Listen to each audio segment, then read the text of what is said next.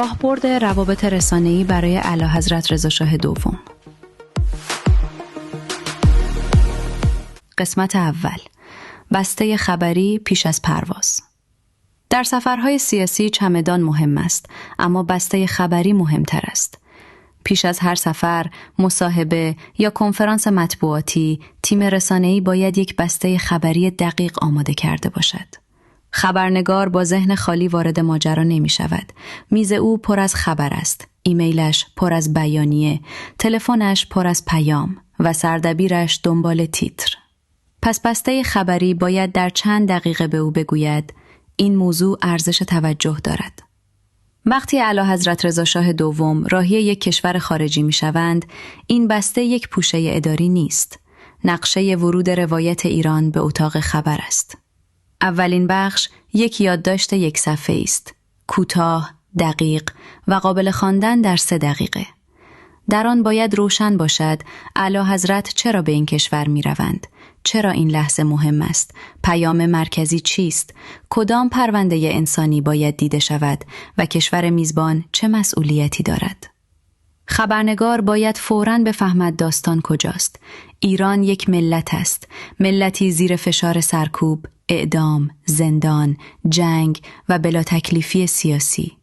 ملتی که آینده‌ای آزاد، امن و دموکراتیک می‌خواهد. بخش دوم زندگی نامه کوتاه و رسمی اعلیحضرت است. خبرنگار نباید برای شناخت جایگاه ایشان میان 10 منبع پراکنده بگردد. تیم باید متن دقیق بدهد. ایشان که هستند؟ چه نقشی در گفتگوی سیاسی ایران دارند؟ چه گفتند؟ چه چیزی را نمایندگی می کنند و چه چیزی را به رأی مردم واگذار می کنند؟ زبان این بخش باید روشن باشد، با اتکا به جایگاه، سابقه و پیام سیاسی. بخش سوم خلاصه چشمانداز گذار دموکراتیک است. خبرنگار باید بداند بحث فقط امروز ایران نیست، فردای ایران هم هست. گذار یعنی حفظ امنیت، جلوگیری از آشوب، عدالت قانونی، انتخابات آزاد، بازسازی اقتصاد و حق مردم ایران برای تعیین نظام آینده. یک خبرنگار غربی اگر فردای ایران را نفهمد، امروز ایران را هم ناقص روایت می کند. بخش چهارم برگه اطلاعات انسانی است. اینجا قلب بسته خبری است. نام زندانیان سیاسی، پرونده اعدام‌ها، خانواده‌های دادخواه، زنان زندانی، دانشجویان، کارگران، شهرهایی که هزینه دادند، موارد قابل راستی آزمایی و منابع معتبر. اگر ذکر نام کسی خطر دارد، باید توضیح امن و محافظت شده ارائه شود. هر عدد، هر نام، هر تاریخ و هر ادعا باید قابل دفاع باشد. در روابط رسانه‌ای دقت فقط اخلاق نیست، سپر اعتبار است. بخش پنجم داستان‌های انسانی کوتاه است. خبرنگار با گزارش بلند شروع نمی‌کند، با یک انسان شروع می‌کند. تیم باید چند روایت کوتاه آماده کند. یک مادر دادخواه، یک زندانی سیاسی، یک جوان در خطر اعدام، یک زن معترض یا خانواده‌ای که هنوز دنبال حقیقت است. هر روایت باید در چند خط بگوید این فرد کیست، چه اتفاقی افتاده، چرا امروز مهم است و خبرنگار چگونه میتواند پیگیری کند. درد انسان ایرانی تزیین بسته خبری نیست، امانتی است که باید با حرمت، رضایت، امنیت و دقت وارد روایت شود. بخش ششم محورهای پیشنهادی برای پرسش است. این یعنی کمک به خبرنگار برای طرح سؤال بهتر. مثلا اروپا برای توقف اعدام‌ها چه نقشی دارد؟ چگونه میتوان از زندانیان سیاسی حمایت کرد؟ گذار دموکراتیک چگونه امنیت ایران را حفظ می کند؟ عدالت چگونه از مسیر قانون عبور می کند؟ چرا ایران را باید از نگاه مردم ایران دید، نه فقط از نگاه جنگ و پرونده هسته‌ای؟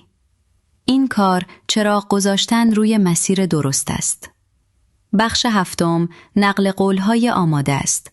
خبرنگار زیر فشار زمان است. جمله دقیق اگر آماده باشد، شانس ورود به گزارش را دارد. نقل قول‌ها باید کوتاه و قابل تیتر باشند.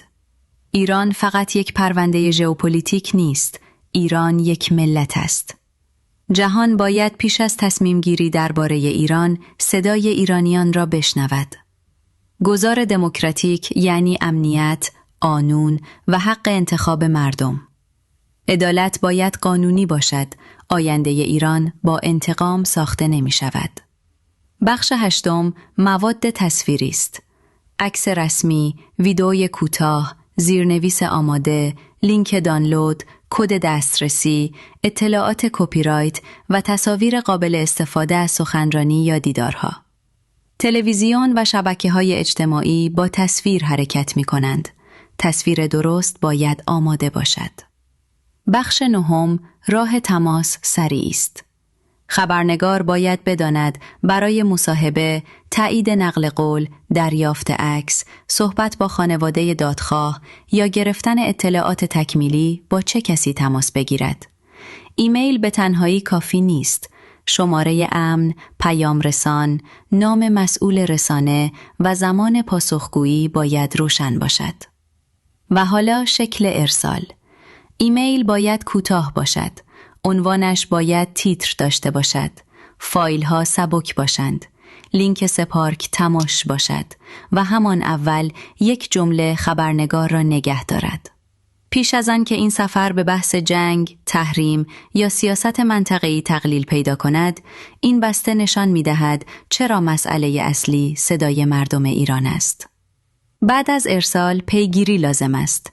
تیم باید با خبرنگار، سردبیر، دبیر سرویس خارجی، تهیه کننده، هماهنگ کننده پادکست، دبیر عکس و دبیر خبرنامه تماس بگیرد. هر کدام در سرنوشت خبر نقش دارند. خبر فقط نوشته نمی شود، در اتاق خبر ساخته می شود. بسته خبری باید پیش از رسیدن اعلیحضرت روی میز همان اتاق باشد. وقتی دوربین روشن می شود، خبرنگار باید بداند کجا را نگاه کند. داستان ایران باید پیش از پرواز رسیده باشد. جاوید شاه.